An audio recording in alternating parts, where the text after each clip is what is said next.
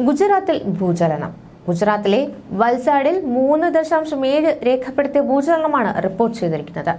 പുലർച്ചെ 4:35 ഭൂചലനമുണ്ടായത്. ആളപായമില്ല. ജനുവരി 1 കച്ചിലും ഭൂചലനം അനുഭവപ്പെട്ടിരുന്നു. രാവിലെ 10:24 റിക്ടർ സ്കെയിലിൽ 3.2 തീവ്രത രേഖപ്പെടുത്തിയ ഭൂചലനം അനുഭവപ്പെട്ടത്.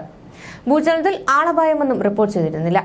ഗാന്ധിനഗർ ആസ്ഥാനമായുള്ള ISR റിപ്പോർട്ട് ചെയ്തതനുസരിച്ച് രാവിലെ 10:24 ഭൂചലനമുണ്ടായത്.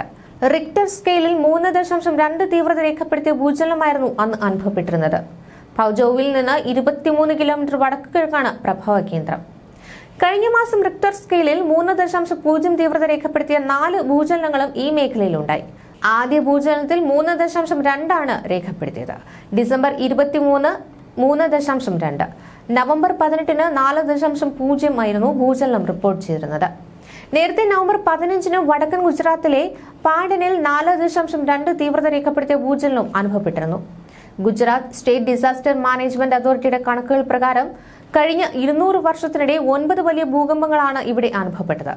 2001 ജനുവരി 26 കച്ചിലുണ്ടായ ഭൂകമ്പം കഴിഞ്ഞ 2 നൂറ്റാണ്ടിനിടെ ഇന്ത്യയിലുണ്ടായ 3ാമത്തെ വലിയതും വിനാശകരവുമായ 2ാമത്തെ ഭൂകമ്പവുമായിരുന്നെന്ന് GSDMA പറയുന്നു. ഏകദേശം 13,800 പേർ കൊല്ലപ്പെടുകയും 1.67 ലക്ഷം പേർക്ക് പരിക്കേൽക്കുകയും ചെയ്ത ഭൂകമ്പത്തിൽ ജില്ലയിലെ നിരവധി പട്ടണങ്ങളും ഗ്രാമങ്ങളും ഏതാണ്ട് പൂർണ്ണമായി നശിച്ചിരുന്നു. ലോകത്തെ ആകെ ഞെട്ടിച്ച ഈ ഭൂകമ്പത്തിന് ശേഷം സമാനമായതോ അതിലും ഭീകരമായതോ ആയ ഭൂകമ്പങ്ങൾ ഉണ്ടായത് ഹെയ്റ്റിയിലും ചൈനയിലും പാക് അധീന കാശ്മീരിലുമാണ്. മരിച്ചവരുടെ എണ്ണം പരിഗണിച്ചാൽ അവയുടെ തീവ്രത ഗുജറാത്തിലേതിനേക്കാൾ 2-3 ഇരട്ടിയാണ്. വടക്കൻ നേപ്പാളിലും ഭൂചലനം അനുഭവപ്പെട്ടു. റിക്ടർ സ്കെയിലിൽ 4.8 തീവ്രത രേഖപ്പെടുത്തിയ ചലനമാണ് അനുഭവപ്പെട്ടത്. തലസ്ഥാന നഗരമായ കാഠ്മണ്ഡുവിലും അയൽ ജില്ലകളിലും ചലനം അനുഭവപ്പെട്ടു.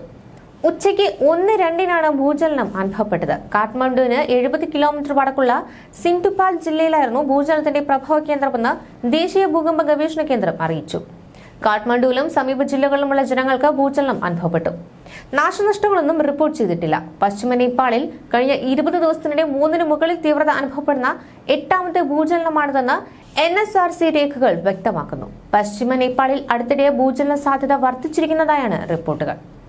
ഇതിനിടെ ജനങ്ങളെ ആശങ്കയിലാഴ്ത്തി മ്യാൻമറിലും ഭൂചലനമുണ്ടായി. വെള്ളിയാഴ്ച റിക്ടർ സ്കെയിലിൽ 5.1 തീവ്രത രേഖപ്പെടുത്തിയ ഭൂചലനമാണ് അനുഭവപ്പെട്ടത്.